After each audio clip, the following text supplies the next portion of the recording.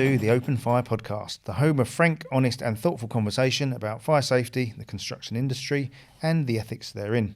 My name is Dave Calvert, Operations Director at Frank and Risk Management Services, and with me I have CEO of CLM, Tom Gilbert. Hello, Tom. Hello, David. How are you? Not too bad. Good. We're not going to waste too much time chit-chatting. No. But do you want to just update our viewers, listeners, readers and watchers on where we went this week? So this week we went to a FireCo event that was held at Mansion House in the city. It was a round table of, I guess, how many do you reckon? 40? I think it was the biggest round table physically the biggest round table I've ever seen. Yes, and it was rectangular. It was a rectangular so it wasn't round table at all. But, we like to say a round table, don't we? So we had, I think there were about 40 or 50 people in that room. I think it was about 65, 70. I think I counted. Do you? On stage, yeah. Wow. When you were talking, I Probably. decided to start counting. Yeah, people do tend to count sheep when I start talking. That's very true. But no, that event was really interesting because we started to talk about how the gateway process was starting to hold things up in their view, and started to talk about what those around the table might be able to do to improve the kind of BSR I think there was process. certainly a lot of frustration from various companies across the industry in the hold-ups from the regulator at the moment. Yeah, absolutely. And I still find it funny that there was an element of an undercurrent in the room about, well, can we just regulate ourselves and get on with it? And I think my point in that meeting was, well, we had our chance at doing that, didn't we? And we kind of failed pretty miserably. Well, I think that leads us really into our guest Certainly. today. It was a deliberate segue, Dave. Oh, right. Very professional then, Tom. Well done. Do you want to introduce our guest this week? Yeah, of course. So thank you very much, Peter Apps, for joining us on the sofa today. Author of the book that many of us have read, of course, Show Me the Bodies, How We Let Grenfell Happen. Pete's currently the contributing editor at Inside Housing and also a freelance journalist. He was awarded the British Journalism Award Specialist Journalist of the Year in 2017 and 18, an International Building Press Journalist of the Year in 2017, and even made the Orwell Prize shortlist in 2019. So a pretty impressive journalistic background there. Thank you very much for joining us on the episode, Peter Apps. Oh, thank you for inviting me. Not at all. Well, it's nice to have a fellow author in the room. Yeah, based on the conversation we had, his book sold more copies than yours, Dave. And quite a lot more, yeah. I hope your book doesn't sell anything like as many copies as Peter's book does, because I think everyone needs to read Peter's book and not many people need to read yours. They do.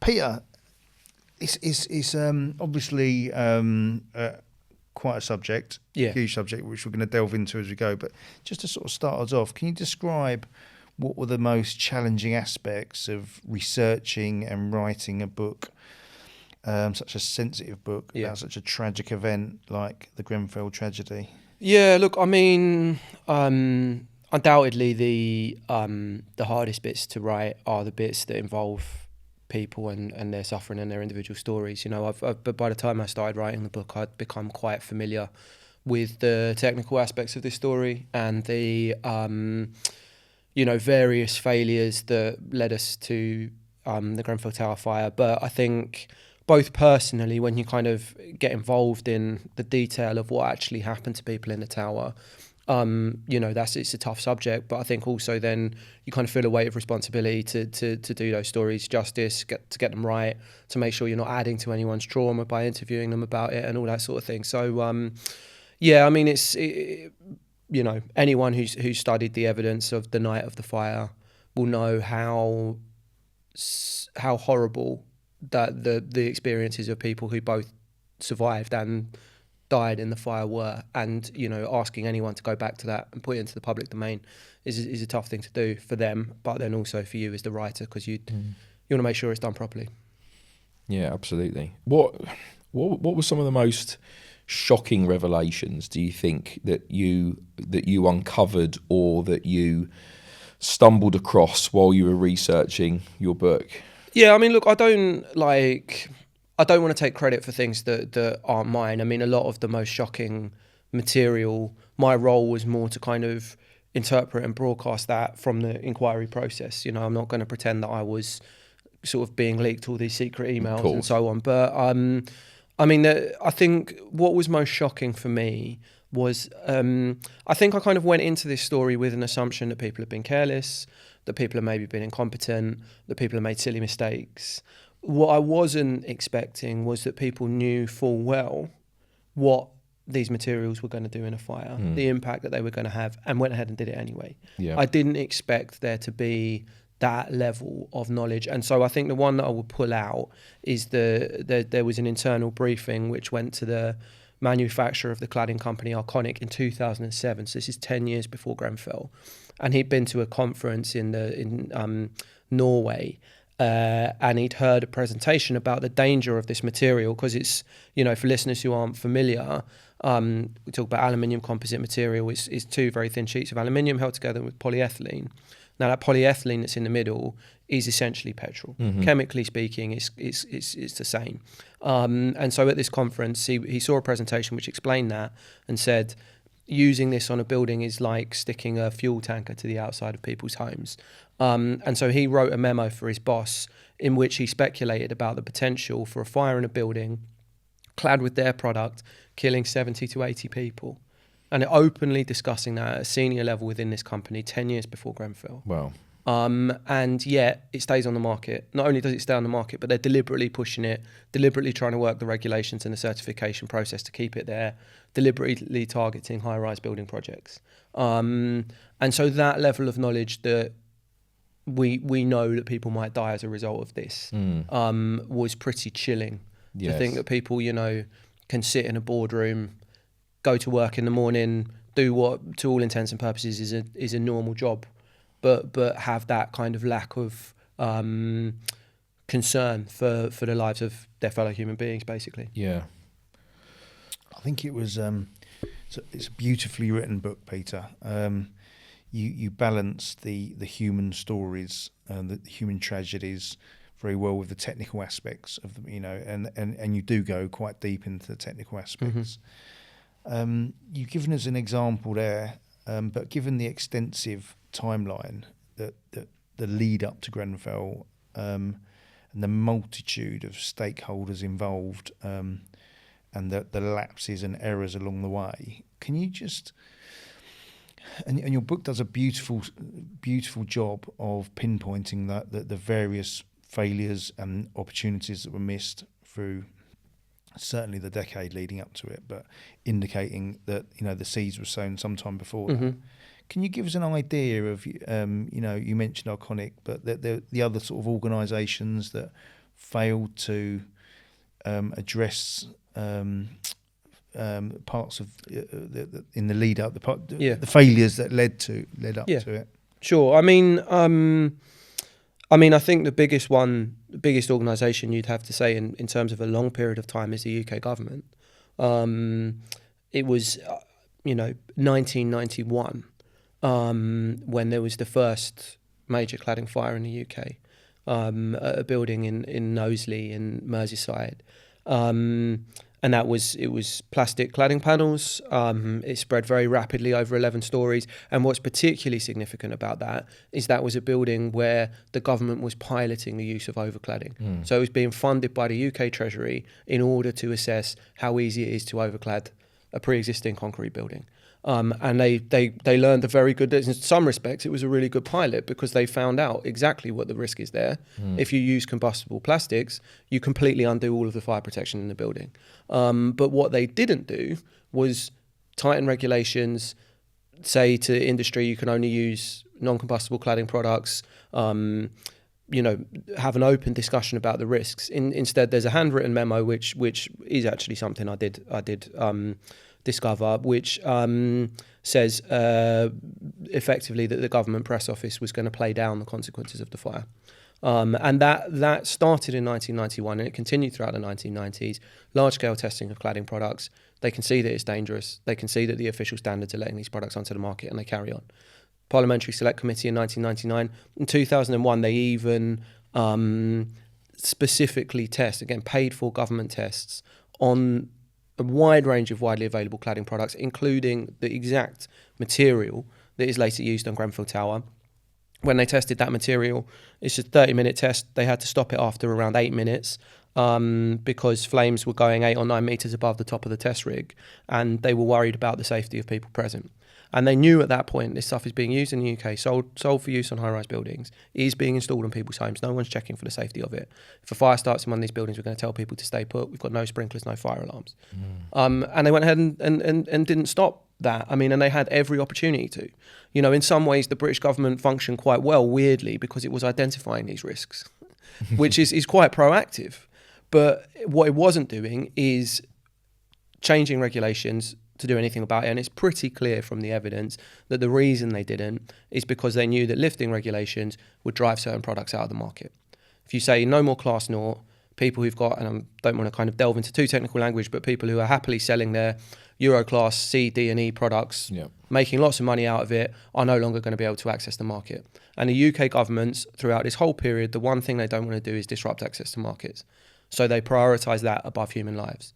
And that went on for a long time. And, you know, there were a lot of organisations surrounding that sort of within the government machine, but private, like the Building Research Establishment, the British Board of Agreement, who were also involved in that story. But if you're going to look for where blame starts, I think it starts at the top, and it starts in Whitehall. I think a point that your book makes about the government is also their culpability in terms of cutbacks over a long period of time, which affected the fire brigade response, the desire certainly from Cameron in terms of deregulate the reduction of regulations and that sort of thing. So I think you're probably right to highlight the government consecutive governments, not specifically a parliament, you know, any political point, but consecutive governments over decades. Really, I mean, it goes back. The cutback started in the 80s. Yeah. They continued, and there was, we've talked about it in a separate episode actually, about how much of that the cutbacks were fueled by the fact that fatalities in fires were going down, and how that's essentially been misinterpreted. Well, yeah. I mean, the time before the prevalence of smoke detection in flats was basically Wild West country in terms of the number of fatalities we were having, and obviously the small introduction of, I mean, it's not an insignificant introduction, but the prevalence of smoke detection within homes, you know, safer furnishing regulations, safer cigarettes regulations. Actually, you implement those three things into the built environment. And actually, of course, you're going to start to see a lower prevalence of fatality because you're doing something you never did before, which is tell them that there's a fire and actually limit the opportunity for a fire to spread within a building. And, you know, behaviours change. People smoke less. Of course, chip pans less. So absolutely, there's less ignition. Yeah, absolutely. And I think what we put it to Sir Ken Knight on here. You know, the reality was we almost technology allowed us to decrease fatalities, and then actually technology's now put us on a trajectory to increase fatalities again. I think in your book, obviously, you mentioned Brian Martin by name, who was a civil servant in charge of fire safety regulations, who reportedly responded with that famous phrase, "Show me the bodies," which obviously you used as the title of your book when he was warned about the inadequacy of fire safety regulations. How does that statement by him encapsulate the broader attitude towards safety regulations at the time, and what impact did that have on the events leading up to Grenfell? So there's a few reasons I picked that title for the book, and you're right in what you say, in that I do think it encapsulates an attitude. I mean, the first one is that thing that you've just described there. You described about falling fire fatalities, and therefore this kind of false comfort being taken from those statistics when really it wasn't telling us anything about how safe our buildings were. Absolutely. It was telling us, like you described, all of the factors about other changes. But because those deaths were falling, it meant it gave almost a convenient excuse to an agenda that the government wanted to implement, which was deregulation, and also things that they didn't want to do, sprinkler retrofit, which was recommended after Lakenhall House and after Shirley Towers in Southampton, where 2 firefighters died, and various other coroner's inquests down the years. It cost money, fire deaths are falling, do we really need this? You know, it became this sort of fallback killer argument that no one could ever budge. But I think the problem is, within that, you think about what the phrase is, show me the bodies. So until we change, before we change, you've got to see bodies, and that means people have to die. Yeah. So you're requiring disasters to happen in order for us to make steps to prevent them, and that's not the way I think we should look at risk. It's not how regulation should operate. You need to be thinking about near misses, about what we'd call black elephant or black swan events. Yeah. So black elephant being it's the elephant in the room, but no one wants to talk about it. Or a black swan event being just something coming in that no one thought of. You need, especially in fire safety, where you rely on layers of protection, you need to be thinking, well, what if the unthinkable happens? Yeah. It has to be part of the thought process, and it wasn't. But I think there's a couple of other things that come to my mind with that title. One of them is it's very financial in the end. You know, what was being expressed there was actually a financial consideration, and I mean that literally, in the sense that there was a point, and this isn't that relevant to Grenfell because it was about internal wall linings, but there was a consultation about whether we should increase the required surface flame standards for the internal walls of a building. And the way they worked it out was they assessed the cost it would have to industry, somewhere in the region of 2.5 million. And then they looked at the number of lives that would be saved every year. And they placed £60,000 as the actuarial valuation for a human life. And so the balance in terms of the bottom line for industry was not the same as the number of lives that would be saved. And so that regulation wasn't introduced. Yeah. But when you think about it, that human life, if it's your child, your mum, is 60,000 the number you're going to use? Probably not. No. But one more thing I would say on that title is that I think also it's ironic because post Grenfell, we still haven't seen a lot of changes. And so we've seen the bodies now. You know, you can't say that anymore because we have seen the government wanted to be shown some bodies and it has been shown them. And yet it's still resistant to change. Well, now it's almost show me more bodies. Yeah, it becomes that. They lift the bar. You know, they're like, well, there's only ever been one big mass fatality fire in a high rise, which isn't true. But, you know, most of these fires are fine. And so really what you see there is it's not actually ever about that. It's about what level of regulation does the government think the market can tolerate. And that's the question they're asking. This stuff's just a way of justifying that. But I mean, I've spent lots of time looking at government cost-benefit analysis around certain fire safety measures. And I remember when smoke detection was introduced, and it obviously goes into the circulation spaces, you know, to make sure that you've got a safe means of escape within a house, for example. And then there was an interesting suggestion, well, actually, that doesn't make any sense because actually we're seeing people dying in the room of origin, right, because they're not waking up. So let's put a smoke detector in the principal habitable rooms. And that was in one set of regulations, but it wasn't in the other set of standards. And the reason it wasn't in those standards was because the cost-benefit analysis wasn't appropriate. And then we were talking about an extra 50 quid a house. You know, so sometimes those numbers don't even have to be dramatic. Just the slightest increase on cost, the government will get upset about doing it for fundamentally no good reason. You know, there's no good reason to say, well, don't spend 50 quid because it will save more lives. And you'd think that was fundamentally nuts. But I think that's a really good point you make about it's not been the first time, it's not been the only time at all. In fact, you mentioned Knowsley today, and there was other ones you mentioned in your book. In fact, you start the first chapter is rather, for a book about Grenfell, it opens up explaining about a fire with, you know, cladding and people losing their lives, and then you realise you're not even talking about Grenfell, you're talking about Lacanau. Yeah. And it's a nice technique to say this is, you know, we're not learning a lesson there. And that's just in this country. Yeah, absolutely, right? Because you can then add, I mean, Baku, big fire in Azerbaijan, right? You can then add the address fire, which caught fire twice in Dubai, and that was a full height facade fire. We've been talking about full height facade fires in the high-rise building world for a very, very long time. And I remember when Grenfell Tower happened, and someone said, can you give me a presentation on what happened? Obviously, no one knew really what happened. The obvious stuff was the obvious stuff. But the first thing you do is show a load of pictures of all the full-height facade fires that we've had since Knowsley Heights. Yeah. You know, there's tons of them, absolutely tons. So the idea that this is a one-off event is fundamentally nonsense because we know what the built environment looks like. And to say it was the first event is fundamentally nonsense because as soon as you open the book and start reading it, you know it's been happening for years and years and years all over the world. Yep.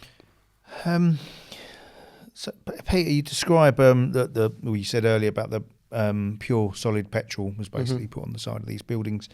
A lot of our listeners are, you know, work in social housing, various organisations, trying to sort of support people.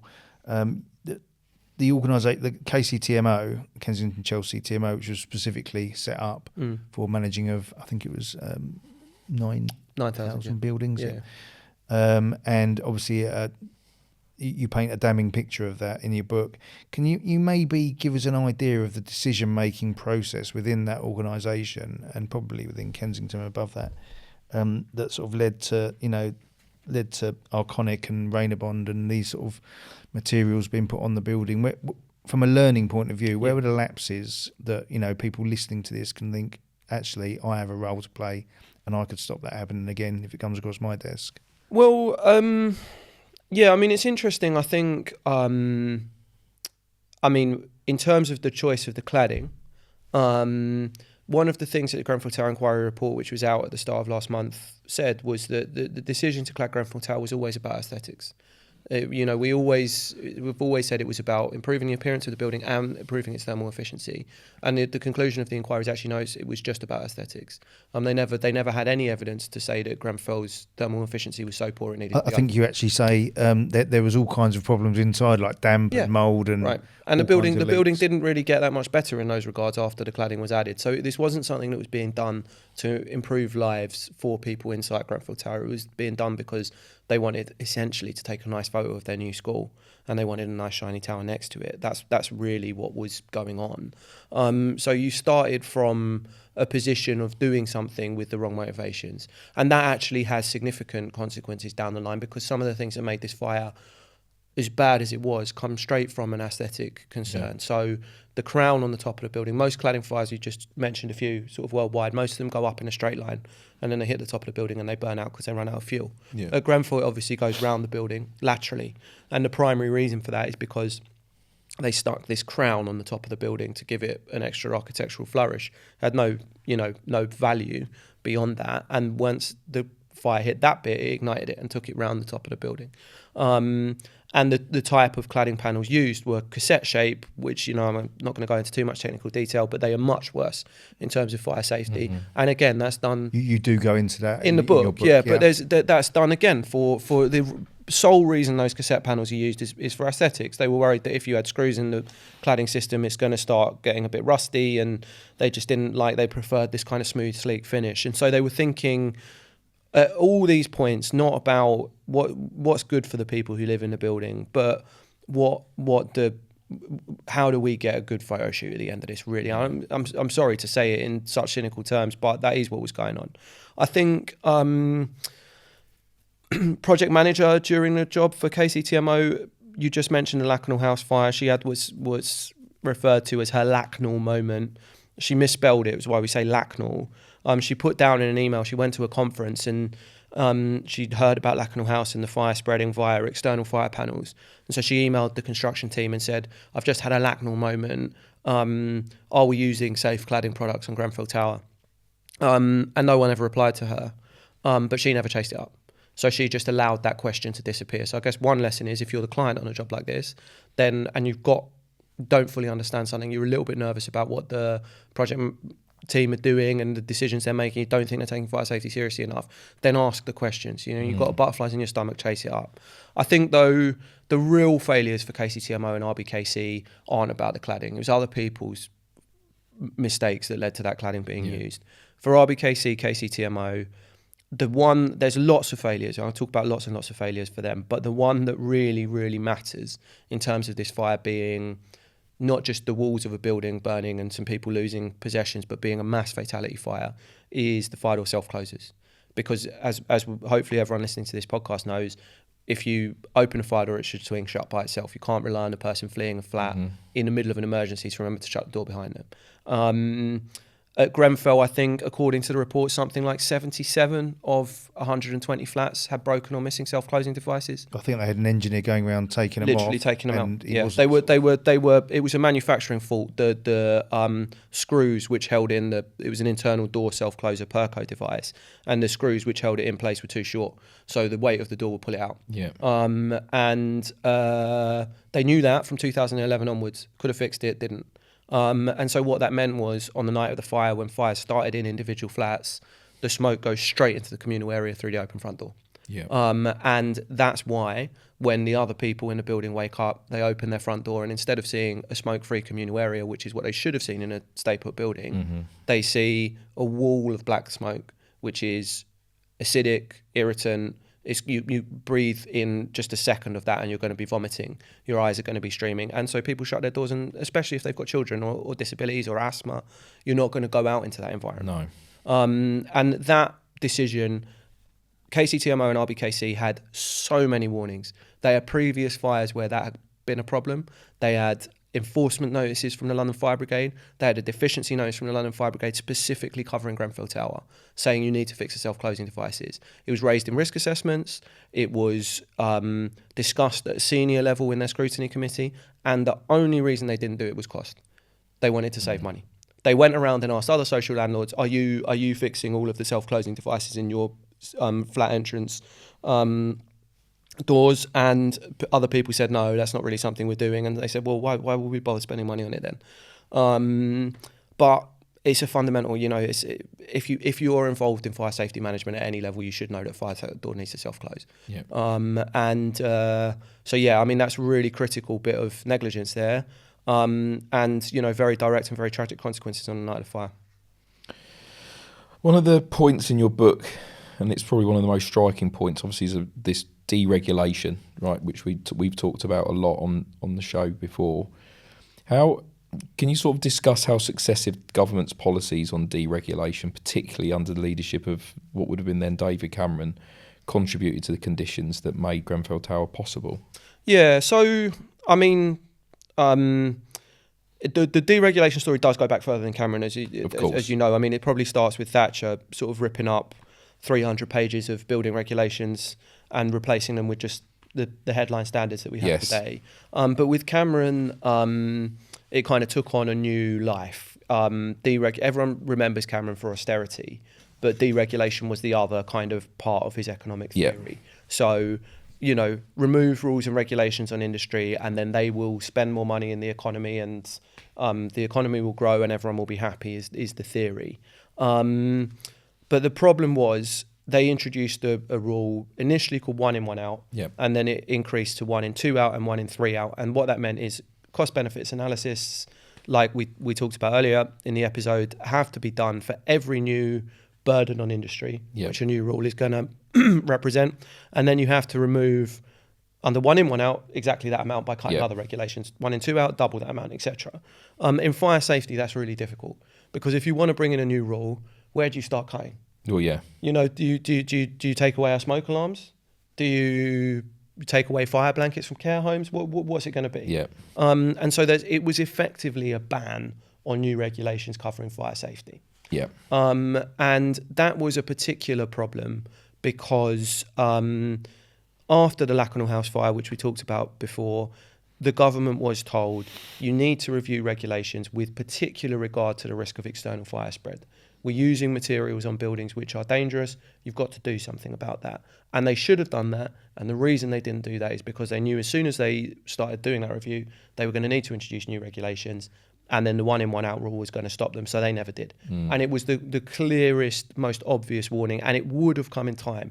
They got the Lakanal House coroner's inquest in 2013. The cladding wasn't added to the walls of Grenfell until 2015. If they'd have acted promptly, just got rid of that Class 0 standard and said we need limited combustibility Euro Class A2 cladding on high-rise residential buildings, Grenfell would have been clad in some sort of, solid metal panel and mineral wool insulation, and we'd never be having this conversation. No. And the reason that didn't happen was purely because of this economic theory that was being pushed.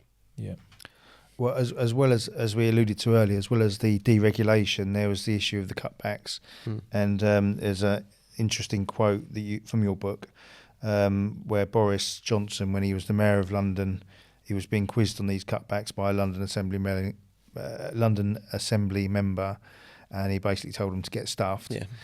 Can you maybe just paint a picture of how these reductions, and I say it has gone back to the 80s, but the cutbacks on the fire brigade and emergency services specifically affected the response during the Grenfell fire? Obviously, I mean, you're very cutting about the response, but you're sympathetic that the people involved in the fire brigade were actually doing their absolute best in very difficult circumstances, and with limited, radios didn't work and limited training for certain scenarios and such like. But can you just give us an idea, a flavour of what went wrong for the emergency services on that night? Yeah, so there is a school of thought that the austerity cuts weren't relevant to the fire brigade's response to Grenfell. I've heard that argument made a lot, and the basis of it is people say, well, more firefighters and more fire engines wouldn't really have changed things for them. That I agree with, but what I don't agree with is that therefore the cuts are irrelevant, because you've got to think about what the cuts actually did. In London in particular, the cuts were very heavy. They came in they predate Cameron a little bit. There was reviews of the fire service carried out by Sir Ken Knight, which recommend reduction in resources, that sort of thing. And so the government is pushing through very heavy reductions to budgets. The London Fire Brigade want to protect their front line, first and foremost, so they keep firefighters, but they cut everything else. So we're not upgrading equipment. We're not training. We're not investing in training. Training gets privatised, sent off to a centre down in Beckton run by Babcock's. Equipment is just degrading, and the risks are changing, but the fire brigade aren't adapting. Yeah. So they turn up at the fire on the 14th of June. They're running their internal sort of the computers inside fire engines are running off Windows XP, which I used when I was at primary school. Mm-hmm. It's like several generations of Windows behind where we were at that time. They're using radios which don't work inside concrete buildings, which isn't particularly good for a capital city like London, where most of our buildings are made of concrete. Their call centre on the night of the fire is in a reserve place. Plasma screen TV is not working. So the only people in the country who don't see an image of Grenfell on fire are the call handlers taking calls from people. They think that they're dealing with a kitchen fire on the 4th floor. The training in the years leading up to Grenfell has not happened. They should have trained incident commanders to deal with a big building fire like this after Lakanal, but it just got kicked down the road. The training of call handlers to deal with fire survival guidance calls, as they're described as, again, after Lakanal House should have happened and didn't. And that it comes down to failures to upgrade their IT system, managers not having time to invest in this because they're just working to sort of keep everything afloat because the backroom services are just being cut to bits. We talk sometimes, a quite a good illustration of this is London didn't have a ladder tall enough to reach people in higher windows or get water on the fire higher up the building. They had to get one in from Surrey.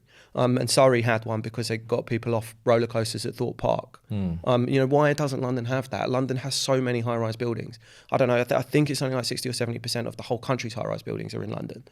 But we don't have a tall enough ladder to reach people on upper floors. We're borrowing one from a nearby fire service. And that just screams to me of underinvestment. You mentioned it earlier, Tom, fire risks change over time. The electric scooters now, wildfires are becoming a bigger thing in the UK as summers get hotter. Fire brigades have to adapt to the risks that they face. And if you say to a fire service, you're just going to have to stay stuck in 2001 and not update your equipment and not move forward, the risks that they're dealing with are going to change, and they're not. And that's basically what we saw at Grenfell. They were fighting a 1990s fire with 1990s equipment and 1990s techniques, and it was a 2017 fire. Yeah. And that was a story about austerity, really, and not allowing our public sector to evolve and develop. Instead, just kind of leaving it as a sort of hollowed out institution that just rolls through the day to day. Yeah, absolutely. You argue in the book that the Grenfell tragedy wasn't just a result of negligence, but also of deliberate cost-cutting measures, specifically around the building, rather than obviously fire brigades. Can you discuss the evidence that supports the claim, particularly focusing on the decisions that maybe KCTMO made, the contractors that were involved in the refurbishment, such as Ryden, and obviously manufacturers such as Arconic? Yeah. Obviously, you talk about it being very much in hindsight, it's very much a visual thing. It was all done about the visual appeal of the building. But obviously, I remember reading about cost cutting of certain products when they went from an FR rated to a non-FR rated. What sort of things did you see when you were writing your book? So look, I mean, we talked about the fire door self closers a moment ago, and that was very much a cost cutting measure. The cladding, though, like you say, they wanted to clad the building for aesthetic reasons. Initially, the architect's preferred choice of material was a honeycomb zinc cladding product, which is metal all the way through, non-combustible. But the budget for the refurbishment job was too low. So the budget set by the council, by RBKC, they never contribute a large enough budget to get the amount of, because the refurbishment at Grenfell Tower was a lot of things. It wasn't just cladding, it was new windows, of course, new boiler, etc., etc. And they never put enough money in to get all of that work done. So what they had to do was what they call in the construction industry value engineering. So keep the scope of works the same, but reduce the cost of all the elements. Can you swap one product for another product that's cheaper, and in theory keep the same performance? But we all know that once you start buying things that are cheaper, they're probably not going to be as good, and that's why they're cheaper. And so that led the project team to the cheapest cladding product they could find on the market, and that is because polyethylene is cheap. There's lots of it. It's easy to produce. It's cheaper than metal. And it looks the same. And it looks the same. That leads them to ACM, PE. Like you say, there is a fire retardant version of ACM. It's where the polyethylene is still there, but it's mixed with sort of mineral stuff that means there's less fuel. Still wouldn't comply today, though. Still wouldn't comply today. Still is combustible, but it's just going to burn more slowly. And I mean, that would have cost, I think something like 20 or 30 pounds, or no, 2 to 3 pounds a square metre more. And so I can't remember what exactly it is over the whole size of the building, but it's in the thousands in a job, the single thousands in a job that runs to a budget of about 10 million. And even that level of cost saving is, let's just do this with the cheapest products available, keep our profit margins as high as we possibly can. And, I don't think it's cynical to say that attitude runs throughout the construction industry. It did in 2017 and it still does today. The priority is margins, and if you can find ways to reduce your margins by cutting corners or using cheaper products, it is still done. There's a phrase you used, a psychopathic disregard for human life. Would you say that sums up the sort of the area you're talking about, or was that to a slightly different point? I think I didn't want this book to be hyperbole. So I did, when I said that sort of stuff, I did choose my words carefully. And I think I meant that right at the start. You asked me what I found most shocking, and the stuff that I found most shocking was always when people had a view of the risk. They knew that this could cost lives. So I think, I gave the example earlier of the cladding company talking about a fire in a building killing 70 to 80 people. I also remember an email where someone was complaining that a building control company wouldn't sign off a project with like highly combustible insulation in it, and they said, "What's their problem? Do they insure against lives lost?" And so, just at any point in this story where people openly discuss the potential for people to die, but don't seem to care, and that is how we describe a psychopath. If you are willing to allow someone to watch someone die, to kill someone, and just not have the kind of normal human response, we call that psychopathy. But I think sometimes in a corporate environment, because people only think about the needs of the company, they start to, when in their normal lives they wouldn't behave in that way, they start to behave like that at work. And so I think that I said in the book, it's a corporate world which showed a psychopathic disregard for human life. And that is what we see in this story. It's not an exaggeration. And the flip side of that is the picture you painted of Grenfell as a community that's essentially been forsaken by the government and various organisations over a very strong community. You make the point, I think towards the end of the book, about some sort of specific quotations from people that lived there who loved the building, loved the people within the building and the community they'd built. However, the lack of investment and lack of care and lack of respect and conversation, engagement with residents was shocking, really. I mean, Grenfell Tower, and I've spoken to a lot of people who lived in Grenfell, and I've read many more witness statements, almost universally described as somewhere where people liked to live. It was a building that people didn't like the fact that it wasn't always well looked after, that they had to fight so much to get their, toilet repaired when it broke down or whatever, or that the heating would come on and off when it wasn't supposed to. But living in the building was, it was... it had pretty incredible views of London, for one thing. It had a community that was actually a community. People you would grow up in a tower, you would know all of the children on your floor, probably the whole building. You'd probably go to primary school with them. They have football pitches at the base of the tower where, you'd grow up inside the community. There's a boxing club at the base of the tower that's produced, I think, 3 or 4 British world champions. And, people from there were going to really good schools in the area and going on to do, you had musicians who lived in Grenfell, you had scientists, you had artists, of all description. People would go on to work in the health services and all kinds of things. It was a community that was flourishing. Kids were being given a good start in life and being able to go on and achieve great things with their lives as well. It was somewhere where it was a family-based environment where people were happy and were raising children and forming good bonds with their neighbours, which is actually, I think, quite rare in London today. It's not, you don't have that many communities like that. Certainly came across in your book. Yeah. So, and I did want to communicate that, and it's not, the thing is, I never went searching for that.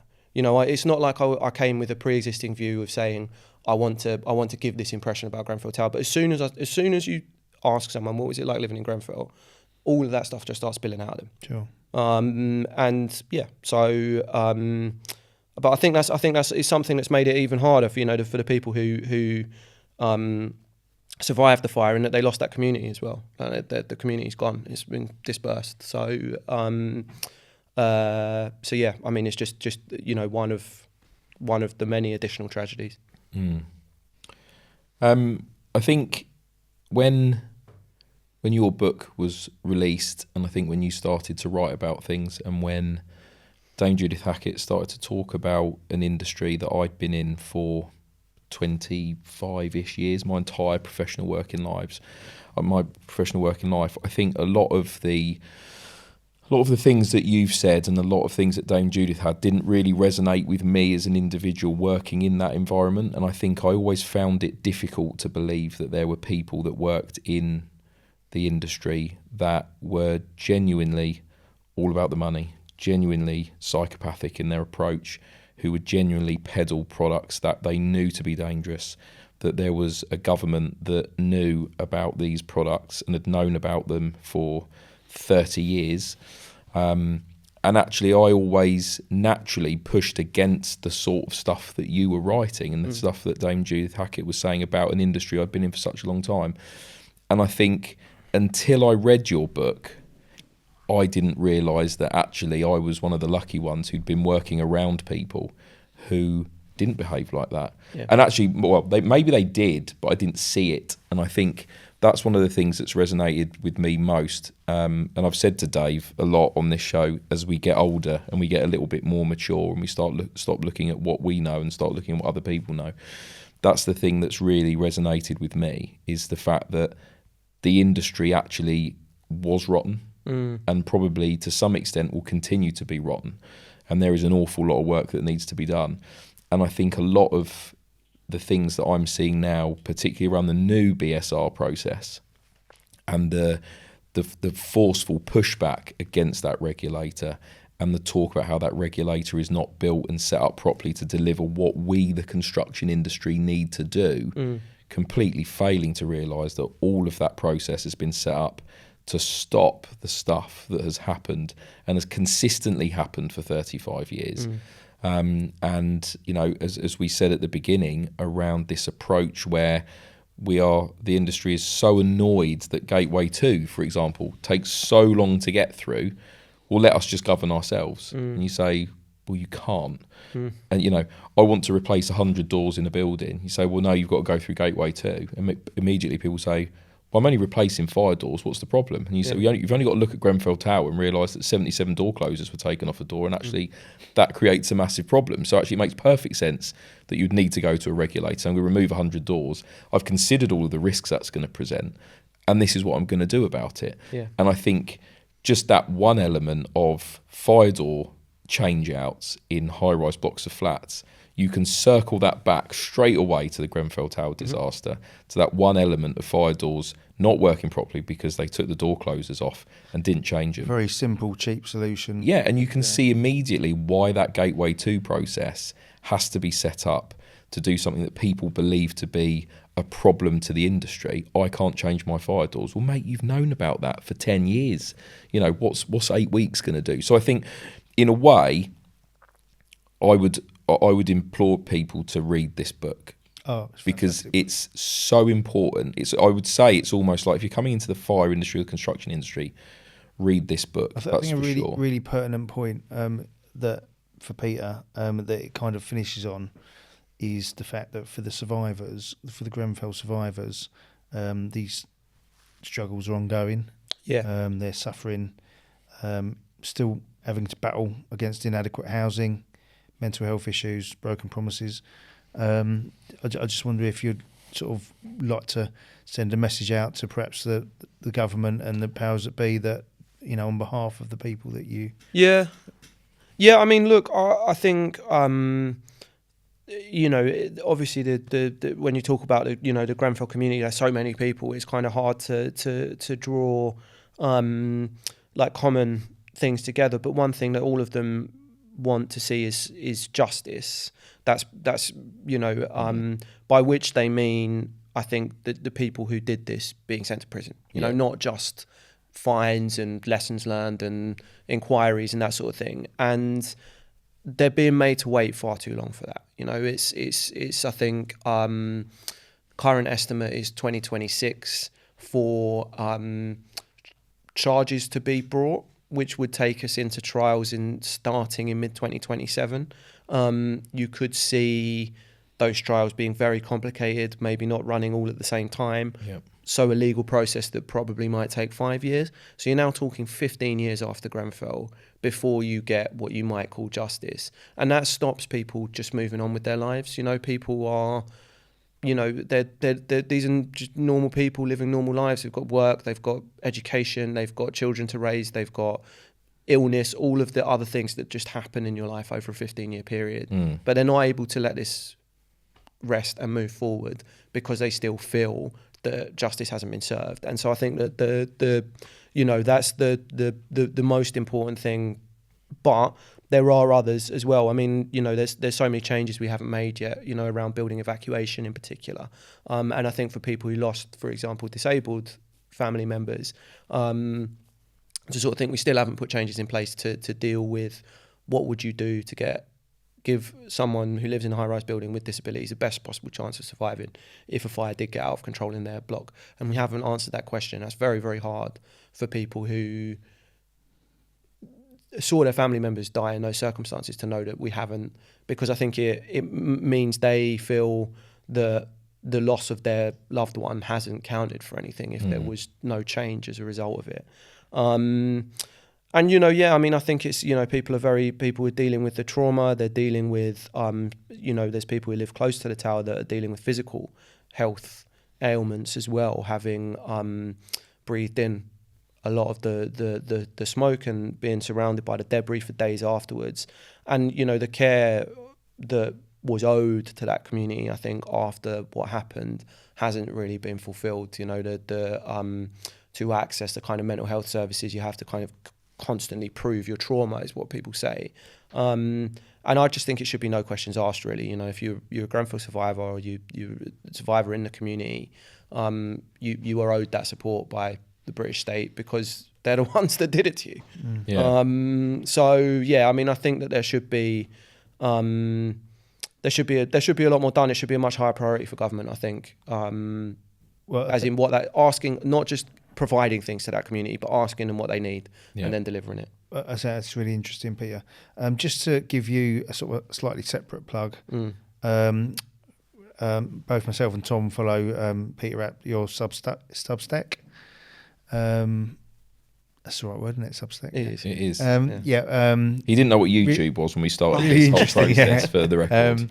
It's really good, and I'd recommend people to read it regularly. I don't think it's even behind a paywall, but people can subscribe to it and get a free copy. You get to read the back catalogue if you subscribe. It was a great back catalogue. I know on the point you were just making about the government there, I noticed your most recent Substack commenting on Robert Jenrick, who is, as we record it, is currently in the Tory leadership battle with Kemi Badenoch. I think it's fair to say he's likely to be the next leader of the opposition, isn't it? Well, I think it's him or Kemi. I don't know. It depends who you speak to, I would have thought. But he was Housing Secretary from July 2019 to September 2021.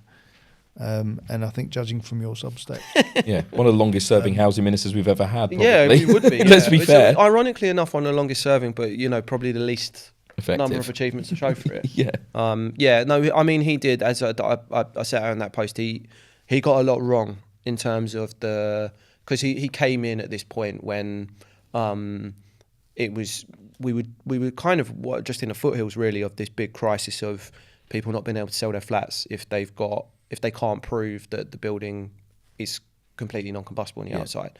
And so he had that problem to solve, and his failure to solve it, and actually the decisions he made it so much worse. Yes. Has given us the crisis we've got today in a lot of ways. it's still ongoing. Still ongoing. And I think that what I took from that and some other kind of things he did is that he's not a guy who is interested in the detail, is interested in how things might go wrong, is interested in kind of solving difficult political questions. He's a guy who he's like, can I have a quick solution? Yeah, sure, this will work. And then when it doesn't, he's got no idea what to do about it. And, that's not personally what I would want from a Prime Minister. But obviously I leave your listeners to decide for themselves on Absolutely. Okay. Well, it's absolutely fascinating listening to you, Peter. I think on behalf of our listeners, they'll be gripped by, just the little the bits you've given us today. But we would fully endorse your book and recommend anybody that hasn't read it, whether they're in the fire industry or construction industry, social housing, or just interested generally. It is a really strong read and very powerful and emotive. Absolutely. There are many photographs of that book on train tables, on LinkedIn posts saying, look what I'm reading right now. So absolutely, as long as people are reading it, that's the important thing. So look, I think it's really important to note we are independent and neutral, and anybody that wants to get involved can message us on LinkedIn, follow our page or our website. We would love to hear from you. We'd love you to appear on the show in the future. Comment on anything that we've said in the past and drop us a message, and we will bring you to the studio to discuss. Thank you very much, Peter Apps, for joining us. Well, thank you for having me. Thanks.